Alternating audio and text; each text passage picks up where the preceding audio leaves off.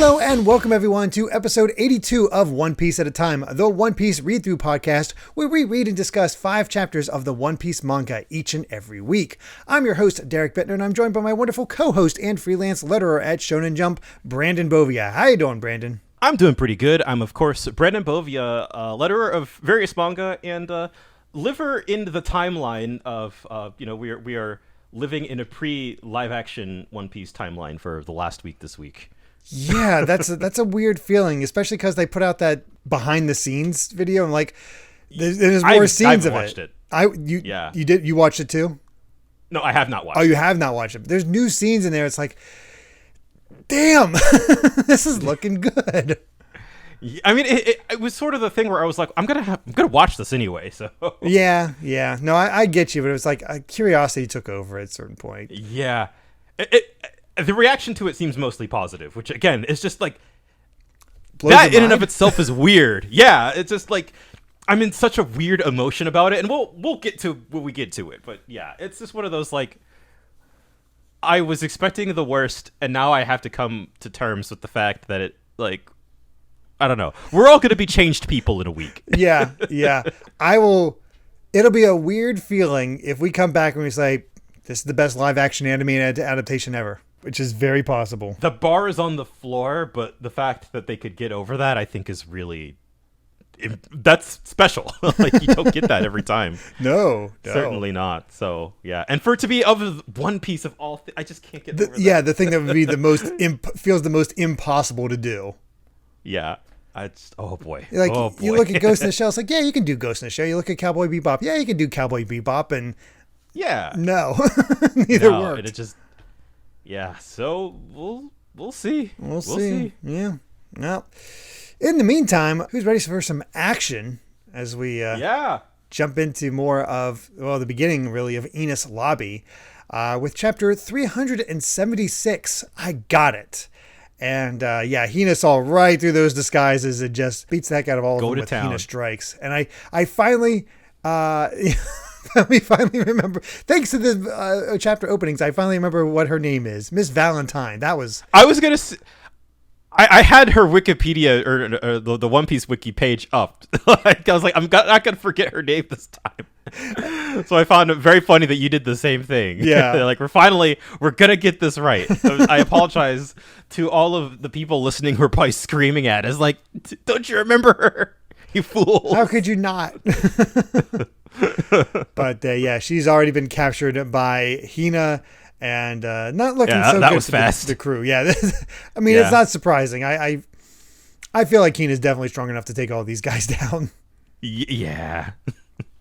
So we begin properly, though, with Sniper King introducing himself to everybody else, explaining that he is from Sniper Island, a friend of Usopp's, that he's been asked to lend a hand in the circumstances, and Chopper and Luffy with the great taste. They're like, oh, he's a hero because of the cape. He's a hero, yeah. all heroes do wear capes, apparently. And apparently, Cape Buffalo are heroes too, according to Sniper King, because they wear capes. Okay. Yeah. I do not appreciate the panel below that, with just everybody's just denying that this is Sniper King. They're not seeing the truth. No, they'll just understand in time. They're just living a lie, and look, he even explains that on the next page. You know, Sniper King says that Usopp is safe. There's absolutely no need to worry about him. Exactly. You know, how can we? I trust Sniper King, and Luffy and Chopper get the theme song. Yep. And I love where it's like inside your heart. Sniper Island is inside your hearts, and Chopper's going in my heart. Yes, so cute. They're so adorable. They love superheroes. They're just 8-year-old boys on the inside, both of them. Oh, totally. And yeah, I don't like the slander, but at least Luffy and Chopper get it. So truly, yeah, we can trust Sniper King. Yes. I believe in Sniper King. We can absolutely trust in Sniper King. So I honestly, they're all together, but I don't know what happened to... That's one thing I was clear of throughout all these chapters, is what the heck was Rocket Man doing this entire time? I guess because it got knocked off the tracks. Yeah. It's just doing circles. Yeah, because I thought that they had gotten back on track because Nami was going to help Miss Kokoro, but I guess that it's still kind of, they got kind of a bit more behind schedule than you would have thought. Yeah, I guess so. And I don't know. Either way, Sanji breaks down like how basically why they weren't able to save Robin, because of that fear of the Buster Call and what it all means to Robin. And she's like, I'm not making excuses. It's just, this is a thing we'll have to deal with. And Luffy's like, I don't have to, that doesn't matter. You're a jerk, Robin. I'm going to get you back. Yeah. Yeah, of course, Luffy just has no understanding of the situation. You know, why is she so against this coming to save her? It's like, obviously, it's like she doesn't actually want to die, so we're going to go save her, duh. Yeah, like, it just makes sense. Plus, he has a movie he wants to try out. We got to go send everyone flying. And One Piece and its maps. Thank you, Paulie. This is a dang good map from memory. yeah, seriously. I was like, yeah, well, I guess it would be hard to forget the giant hole in the ocean. Yeah, that's a good point. But we have 3 gates we need to make it through: the main gate, the island gate, and basically the courthouse gate. And that's before we get to the gates of justice, which if they reach that point and get beyond it, we're in trouble. Like there is no coming back from that. I do like how Paulie breaks it down here, where he's basically just like, yeah, you guys are the only ones who can actually win against CP9. So, you know, we're basically backup. Yeah, we're here to make sure you guys don't get tired is basically the plan. It's like, okay, wait 5 minutes. We're going to go in and open the main gate and get yourself in. And then you can launch yourself with the Rocket Man into all of this and just get a nice head start through all these men. Never mind how much of us gets taken out. This is just a plan. So you guys just go straight after CP9. And Luffy's like, got it. And, it emphasizes you avoid pointless fighting. Yes. And we get a better look at the gates of justice. And like we saw it before, just my God. Yeah, I mean every shot that it's in, you're just like, and I love that even like Kokoro points out, like they never open all the way the gates of justice. When a criminal is sent through, the door opens just a tiny bit. Yeah, which makes me wonder what kind of occasion like would cause like the doors to open more than a little bit. That is a good question. Like, and just sort of like the purpose of what these are for. Yeah. And I do not remember future events at all. And I don't know future events. It probably hasn't even happened yet. But that feels like setup where eventually these doors would be opened. It does feel like I'm pointing this out specifically because I don't know. Yeah. I'm not trying to be teasing or anything. I could see this being like somehow related to the final bit. It's like, all right, time to unleash this ultimate weapon or whatever we have behind here, or our full military force, open wide the gates of justice. Yeah. But apparently it's just a lot of Neptunians that the military has some way to get past them. It's pretty much like the Calm Belt, which we saw that and it's like, yeesh. So apparently they have a way to get across. I think I might know what that is. I'm not 100% sure. I got nothing for that one. But yeah, so the plan's in place. We know what we need to do, and Luffy's gone. Yeah, which I mean, he says as soon as they break down the plan a couple pages ago. Right, I got it. Go wild? No, don't go wild. Go wild. Got it. Yeah, he's just. Yeah, poor Zombie. That guy didn't get the strategy at all. And I'm just like, yeah, Nami's just like, it was pointless. Yeah. Kokoro is laughing. They're just like, oh, God, here we go. Well, we're here. Don't fall behind. Let's go for it. We just got to make do. And Luffy reaches the fence, launches himself to the top of the front gate, and takes a look at the entire island. And at that point, he just starts getting shot and just makes a break for it towards basically the little city right before the courthouse.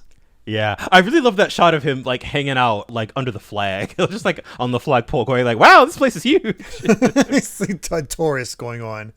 Yeah, and of course we got reports going to Spandam, and I don't know why, but it's just the clumsiness of Spandam is always being pushed forward. It's just not even commented on. I love that. I didn't notice the spilled coffee the first time. He just can't seem to. I don't know. You just can't hold on to coffee. Mm-hmm. I don't know why he keeps drinking it, but yeah, they're reporting that Luffy's attacking. He's like, it's just one guy, whatever. And it's like, you know, we have Luffy in rampage mode where he's just beating everybody up, calling out, "Where's Robin?" Yeah, which I feel like this chapter and the next, I feel like this must have been what the inspiration for them to make One Piece Warriors games was. Because this is just Luffy just like going up against like crowds and crowds and crowds of guys. Pretty much. And at that point, again, unleash the chaos as the Franky family and the Galley-La use Sodom and Gomorrah to break through the fence. We do see a little thing here where the Rocket Man pulls a Yui. Yeah. And goes away. But they crash through the fence and start working through it. And in 4 minutes, we will storm the castle. And I love, Zoro to Sniper King. He's like, what about your injuries? I'm fine. I'm the Sniper King. It's pretty great. Yeah. Chopper's just there, still amazed.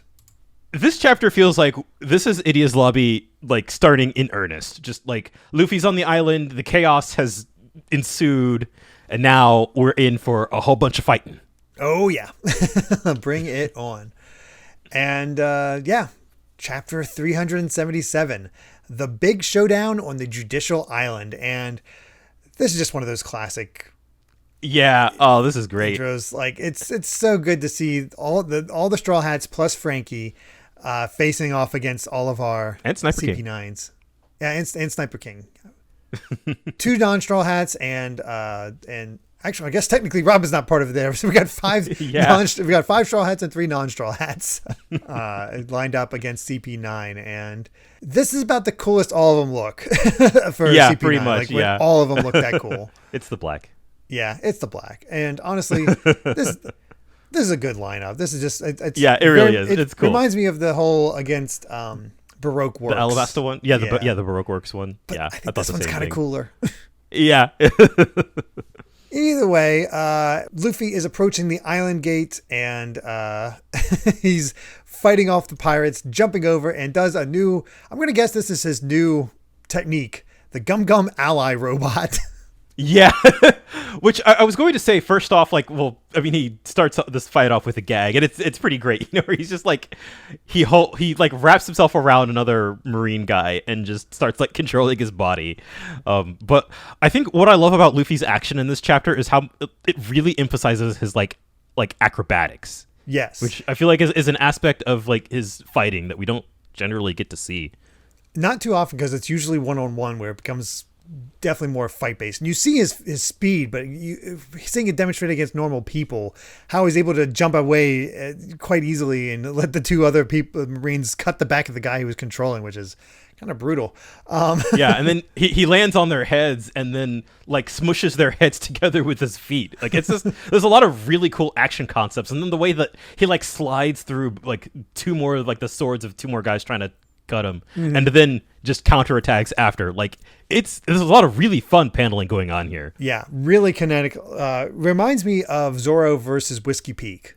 Yeah, Luffy it's very getting that reminiscent moment, of that. and it's amazing how well Oda handles just the kinetic energy, and it feels different because Zoro is very much almost like a guerrilla warfare where he's taking out everybody hiding and all that, but Luffy's just full on in there using the breadth of his abilities, like launching off the giant door rings in order to slam down. Oh no, not even slam down, but just launch himself above. Like he doesn't need to go through. He's stretchy enough and agile enough that he can go over, and that's pretty great.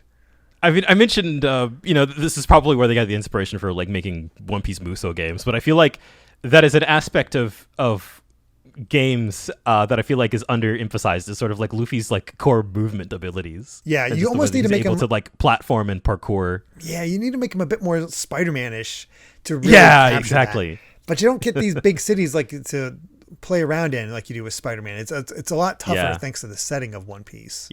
Yeah, just off track slightly. One Piece World Seeker has a little bit of that, but still plenty of like 6 out of 10 anime game jank. But yeah, it was sort of like, okay, they're aware that this is what you do when you have a character who could just like stretch, fly all around. And as we're reminded, it is still the middle of the night despite it being day. at Enies Lobby. That is such an easy to miss detail. Yeah, it really is.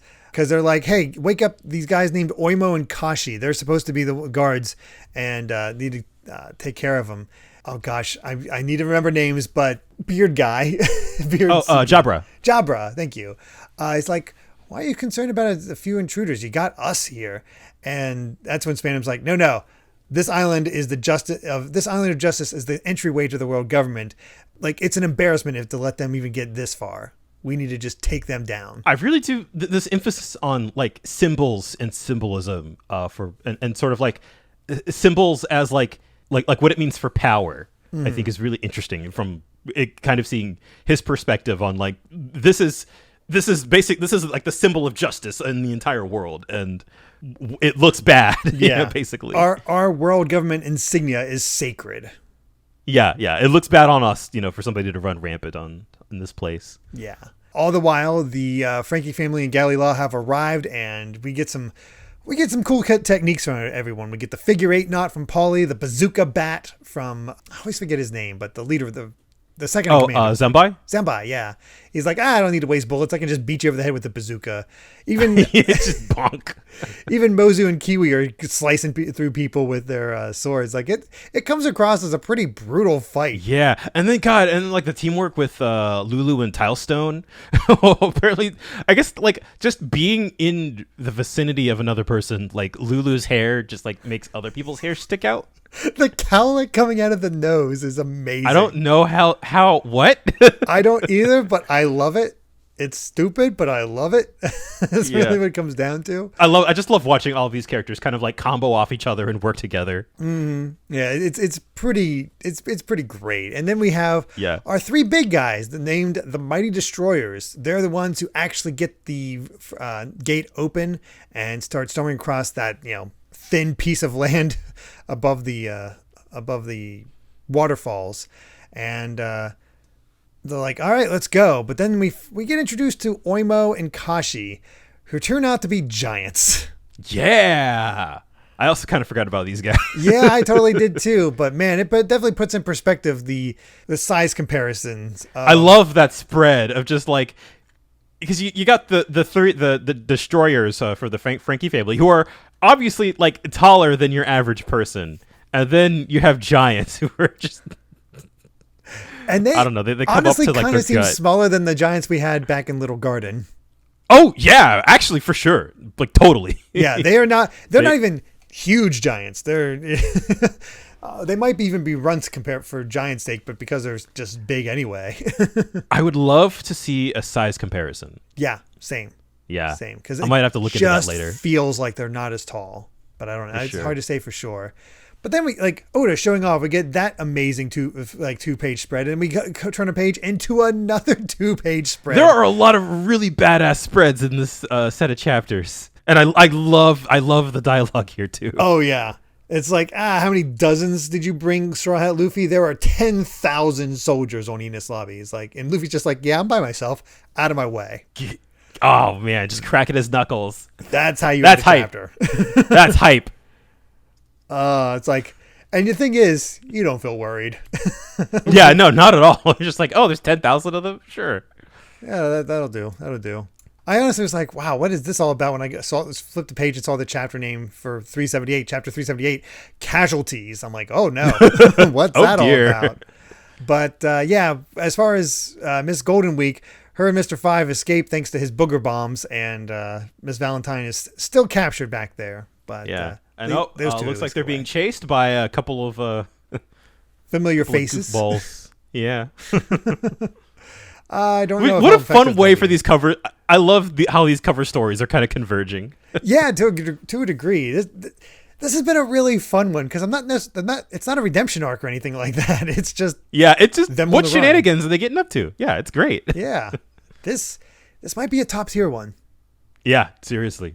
But yeah, we're back into it, and boy, we get there's more of those size comparisons with Oishi and Kashi, and everybody's just like, oh god, they're even dwarfing our Mighty Destroyers. That's not good. And the Destroyers are all like, all right, if we don't go first, no one else. We're powerful. We can do this. And bam, bam, bam, they're done. yeah, basically just that's it. They got a page. Got to show how tough these guys are. And it's like, oh, that's not good. And then they're just like, hey, we're not letting any of you through. So stand back, get out of here. And the Franky family, to their credit, would be like, nah, we're going in. Let's get in there. And it's a fight between the giants and and all these guys. And doesn't quite go so well until we get the what are they called? What are they called? The Sodom and Gomorrah. Yeah, so not until. Yeah. No. I was trying to like, what is like the thing that they're called? I was like, oh god, I don't remember. It doesn't matter. Well, yeah, either way. But yeah, not until Sodom and Gomorrah show up, biting the heck out of, I think it's Kashi, and really battling him. And that's when Mozu, Kiwi, Zambai, and the Galley-La members are riding each of them because they were basically preparing them for land. And we see that because they have wheels, they have treads attached to their feet now. Oh, that's great. Yeah, I didn't notice that. That's so funny. That's how they're able to do it. Yeah. And they bite at that. And the girls showing off that swordsmanship where they cut off the shoe of Kashi. Yeah. Paulie using his ropes to pull him down before Zambai blasts him in the face. Like, holy crap. This is what I was talking about. Like, seeing all of these characters work together, like, especially against just, I don't know. There was something about, like, seeing the kind of, the Franky family destroyers just get, like, they all ran in and got completely owned. And then here we have, like a small handful of normal sized characters just, like, using their wits and working together to pull off a miracle, basically. Especially because you wouldn't think anything of Mozu and Kiwi or even Zambai. Yeah. Really. Yeah, exactly. But like they're all proving themselves to be really capable. Yeah. Like it's giants. Yeah. And they freaking nail his cheeks to the wall. And Zambai using those wits to just like taunt Oishi, and Oishi finishes the job by smash him in the face. Like, oh god. Yep. Yeah. Oh man. See, that got me so hyped. See, this whole sequence again. I think I can remember feeling pretty just like, oh god, get on with it, while I was watching the anime. But here, just like kind of having like a half chapter of them just kind of going at it. It feels really snappy and really satisfying. Yeah, that's I think the key part about this is that, it's not the main characters, but we know these guys are strong and we get to demonstrate like how strong they are. Like we know they can't really take on CP9, but even the best forces of this base, they're still able to hold their own against despite the overwhelming odds. And it's fun in that way. Yeah, it feels like this is their chance to kind of like prove themselves to the audience. I love those kind of moments. And Spandam's getting reports, and they're like, all right, Kashi and Oimo are fighting them off, so there's no problem there. They're wrong. And he's like, all right, did you catch Straw Hat yet? I estimate around 400. It's like, what are you talking about, 400? 400 what? Casualties. Here comes the Gub Storm. Yeah. And just another awesome spread. Oh my gosh. Just wiping them out. And this guy's just watching from the sides. It's like, he's beaten 400 guards. No, I have to revise that. There's 100 more. So go 100 more. 5 guards? It's like, no, that can't be right. I love just like Spandam hangs up and he's just like, it seems Straw Hat Luffy isn't fighting, but is running around the island. It's like, what's the matter of time till we catch him? He's not really on the ball here. Yeah. Information has a habit of it just kind of getting around the wrong way. Yeah. And even the guy that's reporting is like gets knocked out by having a guy thrown into him. But Spandam's distracted because Lucci and the others have finally arrived back in the building. And he's excited to talk to them. And our 5 minutes is up. Kokoro's ready to bring it in. And Nami's asking Sniper King for some reason how to use the climate baton. And of course he doesn't know how it works. Don't ask me. Yeah. Hey. I mean, he Sniper didn't King's make that. smart, but I don't know. He like what the heck is that? Yeah. Of course, Zoro out on front to take care of the iron fence. And that's how we end it. It's just like, man, God, I love these action-packed chapters sometimes. They really do. God. Yeah. It's so much fun. And Oda spoiling us with chapter 379 power level as we get 2 like openings. We don't usually get them this close together. Yeah. We get 2 spreads. And I love this one. It's so dumb. They're using pictures of Nami as bait. And they hook the lion, and they also hook Sanji because he has the hook in his lip. Oh my god. To be fair, that's a good picture of Nami. I'm zooming in on like the there's something on the back of the picture that the lion is holding. It looks like a symbol of some sort, but I can't tell what it is. I'm not sure if that's like the hook goes through or. Yeah, I think it's actually just a hole. Yeah, it might just be the puncture of all. Yeah, I thought it was a kanji. Yeah, I could see why, but it's really funny. I don't know, that one just made me smile for whatever reason. Yeah, it's a good one. Time for our coolness factor to go up with CP9 as Lucci and the others step in. And you know how a long time ago when we first met at Galley-La and we were like, oh, the sexual harassment thing gets old, and like then it never appeared again.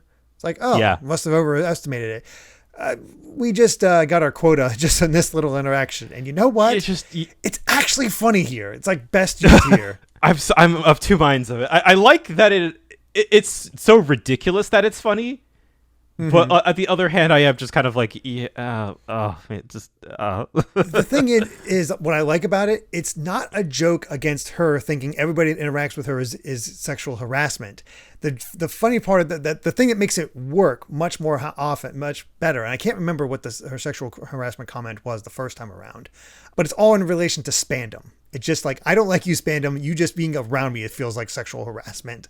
And you know what? That's funny. That's true. I think that works better. It's not as squicky. Yeah, I think specifically because it's Spandam, who's already kind of a hateable jackass, so it makes sense. Yeah, I can get down for that. Yeah. If only just a dump on Spandam. That's pretty much where I'm at. Yeah.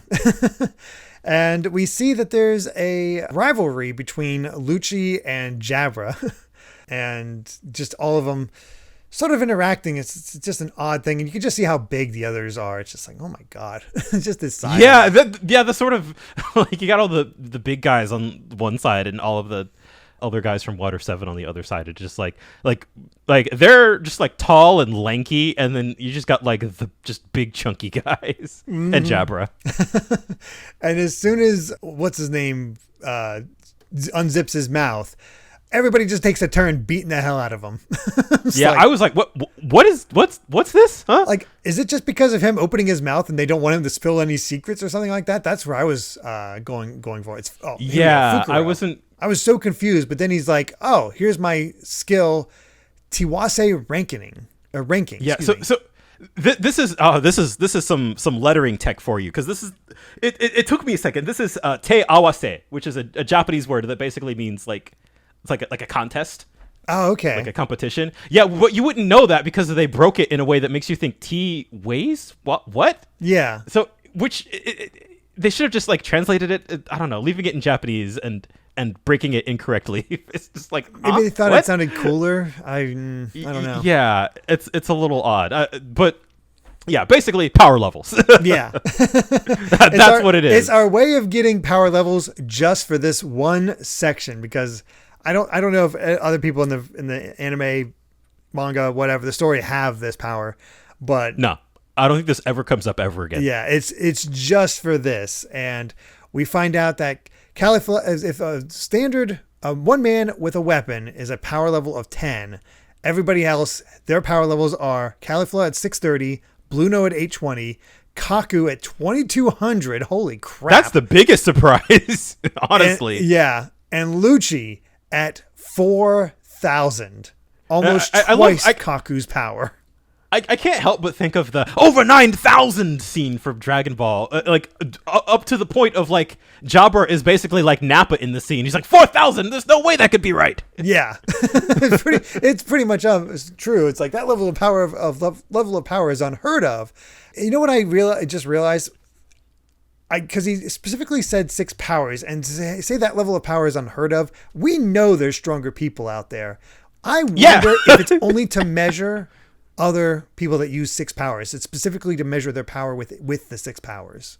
Yeah, which I think is an important point, because Jabra, who's being a little salty, it doesn't account for devil fruit power, apparently. Yes. I think that definitely seems to be the case. It's only physical ability. And I was going to say, I think even in the context of that, I don't think this concept ages very well. Even in the concept of people who work for the government and are in CP9. Yeah. And it seems like this is just to break down basically all of the characters we're fighting right now. And the thing is, there's definitely 4 levels, because, Caulifla's at the bottom at 630. Still very strong, but definitely at the bottom. Then Fukuro, and only 10 points, 1 manpower behind Kumadori, who's only 1 manpower below Bluno.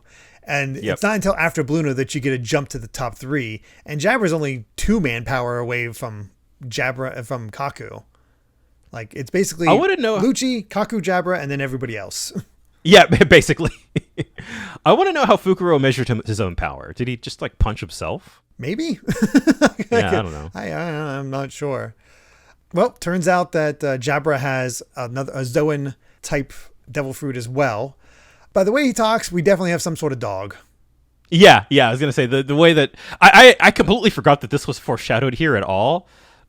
But yeah, the way that it feels like a very kind of like cats and dogs not getting along kind of thing. Mm-hmm. It just like the fact that he says you cat face monster, and it's like because I've been called a stray dog. It's like we don't know what kind of dog yet, but we'll see. Yeah. We just get more of Fukuro's whole thing about talking and like why is he so upset? Why is Jabra so upset? It's because the island's guards were gossiping about how he got dumped by the waitress Catherine. Catherine. And he's like, how does everyone know that? Oh, because I talk to everyone. Yeah, of course. Jeez. I love Spandam has a power level of 9. So he is under a guy with a gun. Yeah. Even with a weapon, he'd be weak. And he's like, I got a special backup sword. And he's like, and Khalifa's just like, I've known you were weak for a long time. Watch what you say. That's sexual harassment. Just because I responded to you. And again, it's only focused on Spandam. I'll take that. Yeah. What is that? The flirting versus harassment meme? I imagine that's what Lucci talks to her, here. Or just anybody talks to her. Any other man. And then Spandam talks to her. Yeah. Yeah. But we have something interesting here because Spandam wants to give that to them devil fruit. Later on, we see 2 devil fruits in a chest. Is this our first time seeing devil fruits not in a flashback? Yes, I believe so. Yeah, because I was going to say, the only other ones I could think of are obviously the gum fruit from chapter 1 and when Buggy accidentally ate his. Right. I think all the others are just like, I have a devil fruit. Right, yeah. Well, we never see them. We very rarely see characters actually eat one on screen. Yeah, it doesn't seem like it. In come Robin and Franky, and Franky's just sort of reserved, I guess is the best way to put it. And Spandam's, of course, just hamming it up. Yep, hamming it up. We can see kind of his insanity here. Yeah. He's like, the justice offered by the old men who currently run the government is tepid. Without sacrifices, we cannot achieve our goal. We need to achieve peace for all mankind. And it is right and good that we kill the fools who interfere with us. They are the sacrifices made for world peace. And he specifically says we must eliminate fishmen and any other traitors who will not readily comply. Okay, racist. Yeah, it's like, we've met some good fishmen, and that definitely sets off Franky. It's like town versus life because of fools like you. And I love this. Bites his head again. Good old Franky just look, my hands are tied. I'm gonna do what I can. If I have to bite somebody, I'm gonna do it. Mm-hmm. And we see that a little bit of Kumadori's powers because he can control his hair and uses that to Franky. It's funny that he has to ask for help. Yeah, nobody. You just see all the other CP9 guys just chilling. Nobody likes this guy. Nobody. You get the feeling that nobody respects him. No. Nope. Yep. But that's when the main island calls him back, and they're like, well, trying to call him back because it's like, oh, it's chaos, and we got the Gum volcano. Luffy's was saying how he wants to try out his new move he has. We've seen 3 new moves from him. Yeah, seriously, and I forgot about this one, but I love the idea of just it just kicks, and there's just a bunch of guys flying out the top of a building. Yeah, and he uses the falling walls. Punches them apart and uses those to just knock out all the guys as kind of like bullets. It's Luffy's a creative fighter, man. Yeah, he is. I just love this. This Straw Hat Luffy cannot be stopped. Yes. It's true. He cannot be stopped. So it's time to bring out the Chief Justice. And it turns out to be a three-headed man known as Three-Headed Baskerville, where one is like, all pirates are guilty. And the other one says it's like, don't say that. Let him off. And the middle one's like, we'll compromise and give him the death penalty. I forgot about this guy. This is a weird one. Yeah. I feel like all of the books have just been getting weirder and weirder. I don't know, but between this guy and the ramen guy, conceptually, Oda's just like, yeah, he's got three heads. What about it? Yeah, that's all that matters. Okay. Yep. All right. Well, you can tell it's an action chapter because we're already a set of chapters because we're already at chapter 380. Enies Lobby Main Island Express. Let's wrap up this episode. And yep, Miss Valentine has been captured. That's how I learned her name. I didn't actually look it up on Wikipedia. I just remembered it from this. God. And then I love Django and Full Body just like playing with the umbrella. It's like, how did she do that? Yeah. Again, we're just getting introduced to these Baskerville guys. It's so weird. It's like there's just right Baskerville, left Baskerville, and in the center, Central Freeway. What is that?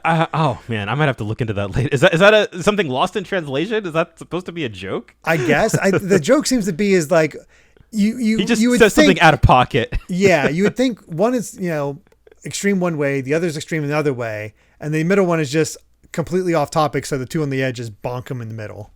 Yeah, that's our joke. Yeah, that is a strong gimmick. Yeah, I mean, fortunately, it's like he's obviously not a main, underling or anything like that. Yeah, it's just another roadblock, so we don't have to. It's not one. It's one of those gimmicks. Like, yeah, I can put up with that for a little bit. It's silly enough. Yeah, pretty much. Yeah, it's silly. Yeah, I definitely don't remember how they deal with them. So I'll be interested to see how this all plays out. Mm-hmm. Meanwhile, they're still fighting Oishi because it's like, all right, it's been more than 5 minutes. We got to get those doors open. And they're like, okay, we unlocked the gate. We just need to push it open. So let's do that. And as he's trying to protect it, Paulie coming in with his top knot to just spin him around. And man, Paulie's MVP, man. Right. Of this group, he is definitely showing his worth. Yeah, just the way he's able to handle ropes in just all of these weird ways. Mm-hmm. And getting the Sodom and Gomorrah to help out, like to use their size and strength. And it's perfect. And able to tie him up, push on through the gate, and there we go. They succeeded in getting through the first two gates. That is awesome because you can totally play it up as like, no, they're not strong enough to get through that. They have to. We have just that last little push. We need the Straw Hats for, and nope, don't need that. Because I love that. Yeah, it's like Oda has basically like given them their own space to do their own thing. Where like Luffy's just gone on ahead, and then the rest are coming on in the sea train behind him. And speaking of which, yeah, time to plow on through as all these guys are already down to like, oh god, it's not going to do that. Well, they can't get through their own gate, and it's like they realize like, hey, old lady, change of plans. Everyone wants to hold on tight, and they're like, oh, they reclosed the main gate. Yep, so that's not good. Oh dear. And Zora's just like, Frog, hit the fence. Well, we're gonna jump it. We're gonna ramp it. Yep. Oh God. This is like some like Hollywood action movie level nonsense. I love it. Yeah. Yokozuna knocking on the fence, flying over with the sea train, the Rocket Man. Everybody freaking out as they're going over there and just like, oh, we're gonna fall into the hole. And Zora's just like, let's just leave it to luck. They're like, what? Leave it to luck. It's like, did you have a plan for this? We're going the Luffy method. Yeah. But Oimo falls in dizziness, and people inside are like, are you the Straw Hats? It's like, yeah. And they're like, yeah, we're Straw Hats. We are? It doesn't matter. We're just going to put the blame on them. Honorary crew member Zombie, let's go. And now let's just press on. And right at that point, Paulie gets stabbed by some guy. I'm not even sure. Okay, a K9 unit. Yeah, I guess so. They knew Paulie was the strongest one, so they had to stab him first. Definitely went for him, but they got their dog unit. Very odd. And Oimo is actually not down. He's still awake. He stands up, ready to say, "Not forgive you."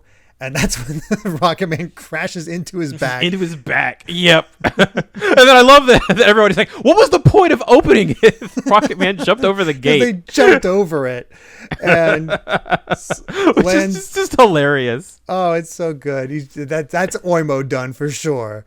Yeah. And they're like, are they okay? They just came out and out steps Sanji.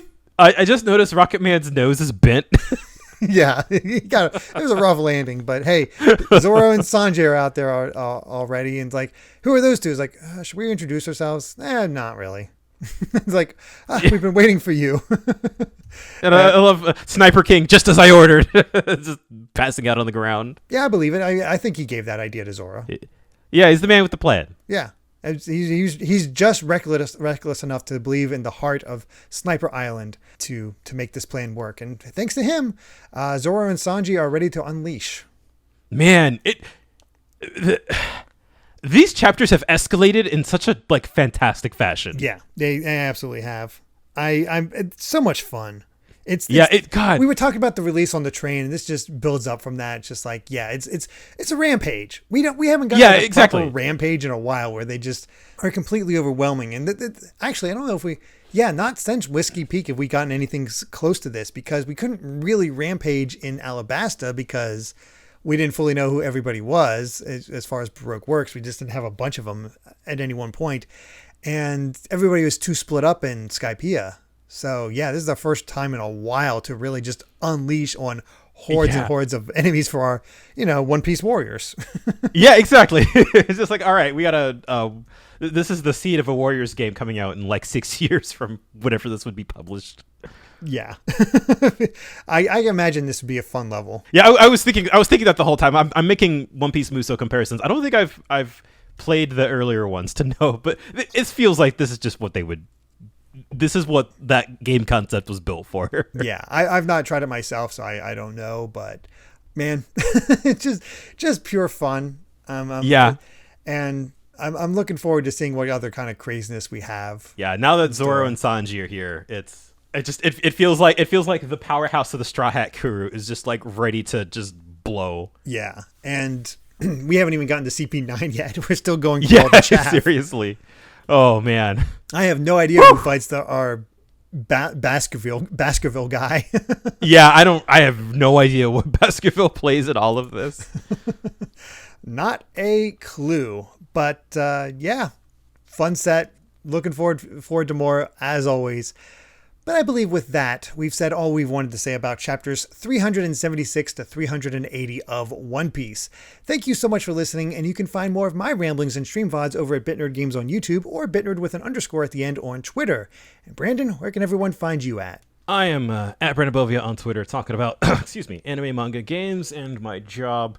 And yeah, that's just pretty much just more of the same, Yep, keep an eye out for that, and absolutely keep an eye out for more from us, because if you'd like to help us out more, you can support the podcast over at patreon.com/Derek Bittner. That's DERRICKBITNER to listen to the next episode ad-free 3 days early. And make sure to return next time, as we unfortunately have to take a little break from the manga once again, but we're going to chat about the first episode of the live-action One Piece series. It's premiering. So until then, bye. Remember to take life one piece at a time.